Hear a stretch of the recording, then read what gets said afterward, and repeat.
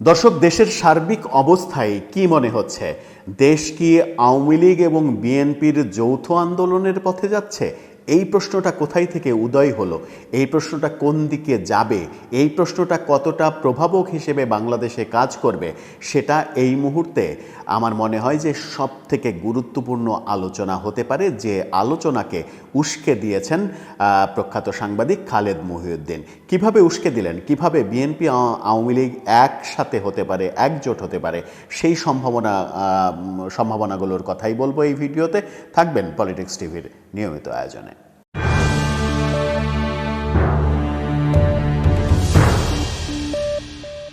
বলছিলাম যে বর্তমান প্রেক্ষাপটে যদি এমন ঘটে যে বিএনপি এবং আওয়ামী লীগ একসঙ্গে যৌথ আন্দোলনে গিয়েছে ইউনূস সরকারের বিপক্ষে, তাতে কি খুব বেশি অবাক হওয়ার কিছু থাকবে? তাতে কি মিমরাজি হওয়ার কোনো ব্যাপার থাকবে? হ্যাঁ, কেউই হয়তো মুখে স্বীকার করবেন না, কেউই হয়তো গণমাধ্যমে এই কথাটা বলবেন না, কিন্তু ভেতরে ভেতরে কি সেই প্রক্রিয়া শুরু হয়ে গেছে? এবং সেই প্রক্রিয়া শুরু হয়ে যাওয়ার অন্যতম কারণ কি ইউনূস প্রশাসনের রাজনীতি বিরোধী বিভিন্ন পদক্ষেপ কিংবা বৈষম্য বিরোধী ছাত্র আন্দোলনের এই ছাত্রদের বিভিন্ন ধরনের অসম্মানজনক মন্তব্য, অসম্মানজনক কথাবার্তা, সেগুলোই কি দায়ী? এই প্রশ্নকে অনেকখানি উস্কে দিয়েছেন সাংবাদিক খালেদ মহিউদ্দিন। ঠিকানার টক শোতে তিনি বিএনপি নেতা অ্যাডভোকেট কাজলকে প্রশ্ন করেই বসেছেন যে, কাজল ভাই, এমন প্রসঙ্গ কি আসবে, এমন দিন কি আসবে যে আপনারা আওয়ামী লীগের সঙ্গে মিলে মিশিয়ে আন্দোলন করবেন, কিংবা আওয়ামী লীগের সঙ্গে আপনারা যোগাযোগ করছেন আন্দোলন করার জন্য, আওয়ামী লীগের সঙ্গে এক হওয়ার জন্য চেষ্টা করছেন? এই প্রশ্নটা কিন্তু খালেদ মহিউদ্দিন উস্কে দিয়েছেন। যে আভাসটা অনেক আগেই আমরা দিয়েছিলাম যে এরকম কিছু ঘটলেও আসলে অবাক হওয়ার কিছু থাকবে না। রাজনীতিতে শেষ কথা বলে কিছু নেই, এটা অনেকেই বলেন। সিনেমাতেও এই সংলাপ বহুবার শোনা গেছে। বিএনপির অন্যতম সদস্য ছিলেন, জাসাসের সভাপতি ছিলেন বাংলা সিনেমার প্রখ্যাত ভিলেন রাজীব। তার মুখে অনেক দিন আগে শুনেছিলাম একটি সিনেমার সেই ডায়লগ, রাজনীতিতে শেষ কথা বলে কিছু নেই। রাজনীতিতে আসলেই শেষ কথা বলে কিছু নেই। রাজনীতিতে অনেক কিছু হতে পারে। আজকে যে শত্রু, কালকে সে মিত্র হতে পারে। রাজনীতিতে অনেক ঘটনাই ঘটতে পারে। যেমন চিরশত্রু আওয়ামী লীগ এবং জামাত একসঙ্গে আন্দোলন করেছে, যেমন চিরশত্রু আওয়ামী লীগ এবং জাতীয় পার্টি একসঙ্গে জোটবদ্ধ হয়ে নির্বাচন করেছে, এরকম দৃশ্য তো আমরা দেখেছি। আবার অনেক ভালো বন্ধু বিএনপি এবং জামাতের মধ্যে এখন ফাটল অবস্থা, সম্পর্ক প্রায় ছিন্ন অবস্থা, এমনটাও আমরা দেখছি।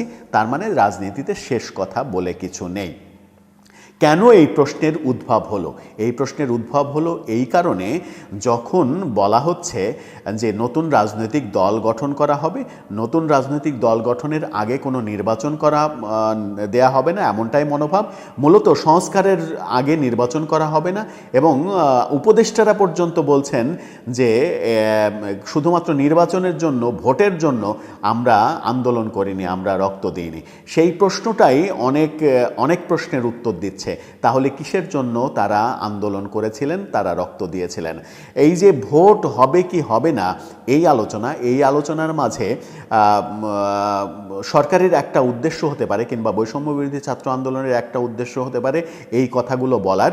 সেটা হচ্ছে যে বিএনপি যেন ভোটের জন্য মরিয়া হয়ে যায়, এবং বিএনপি ভোটের জন্য মরিয়া হয়ে একসময় আন্দোলনে চলে যায়। বিএনপি যদি ভোটের জন্য আন্দোলনে চলে যায়, তাহলে তারা এরকম কথা বলতে পারবে যে দেখো, তারা দেশের ভালো চায় না, দেশের সংস্কার চায় না, তারা শুধু ভোট করে ক্ষমতায় যেতে চায়, এদেরকে কিভাবে আপনারা ভোট দেবেন? এই কথাগুলো বলার জন্য, বিএনপিকে পচিয়ে ফেলার জন্য এরকম কথাবার্তার এরকম কথাবার্তাকে ঢাল হিসেবে ব্যবহার করা হতে পারে, এমন কিন্তু বিশেষজ্ঞরা মনে করেন। যেটাই হোক না কেন, যদি বিরক্তির সর্বোচ্চ পর্যায়ে চলে যায় রাজনৈতিক দলগুলো, বিশেষ করে বিএনপি এখন যারা সর্বোচ্চ লেভেলে রয়েছে, এখন যারা সব থেকে জনপ্রিয়, অনেকে বলেন যে বিএনপি এখন সব থেকে জনপ্রিয় আওয়ামী লীগের চলে যাওয়ার পরে, সেই বিএনপিকে যদি নির্বাচন থেকে দূরে রাখার কৌশল তৈরি করা হয়, যেমন এরই মাঝে রুহুল কবির রিজভীকে আমরা মন্তব্য করতে শুনেছি যে সরকারি গোয়েন্দা সংস্থা দিয়ে ছাত্রদের দল গঠন করানো হচ্ছে, বিএনপি থেকে লোকজন বিভিন্ন লোকজনকে বলা হচ্ছে যে আপনারা এই দল করে কি করবেন, এই দলে আসেন, এরকমভাবে যেটা আওয়ামী লীগ করেছে সেই একই কাজ এই সরকার করছে, তাহলে ফ্যাসিস্ট থেকে আপনাদের চরিত্র আলাদা হলো কিভাবে, এরকম অভিযোগ বিএনপির তরফ থেকে কিন্তু অলরেডি চলে এসেছে। যখন অলরেডি চলে এসেছে, আবার সাংবাদিক খালেদ মহিউদ্দিন যখন অ্যাডভোকেট কাজলকে প্রশ্ন করেছিলেন যে আপনাদের এই সম্ভাবনা আছে কি না, অ্যাডভোকেট কাজলও কিন্তু খুব জোর দিয়ে কনফিডেন্টলি বলতে পারেননি যে না, এরকম সম্ভাবনা প্রশ্নই আসে না। তিনি না করেছেন, কিন্তু সেই না করার মধ্যে এমন কোনো জোর ছিল না যে জোরের প্রেক্ষিতে বলা যায় যে এমন সময় আসবে না বাংলাদেশে যেদিন বিএনপি এবং আওয়ামী লীগ একসঙ্গে হয়ে আন্দোলনে যাবে, এবং সেই আন্দোলনটা ডক্টর ইউনূস সরকারের বিরুদ্ধে আন্দোলন হবে, যে আন্দোলনটা নির্বাচনের আন্দোলন হবে।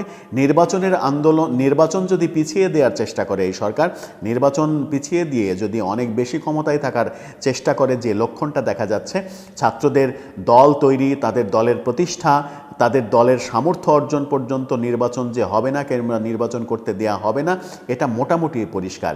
সেই প্রেক্ষাপটেই অনেকে বলছেন, তাহলে কি এমন দিন আমরা দেখব যে বিএনপি এবং আওয়ামী লীগ যৌথভাবে এই সরকারের বিরুদ্ধে আন্দোলন তৈরি করেছে? দর্শক, আপনার কি মনে হয়, আসলেই কি ঘটতে পারে এমন ঘটনা? লিখে জানাতে পারেন আমাদের কমেন্ট বক্সে।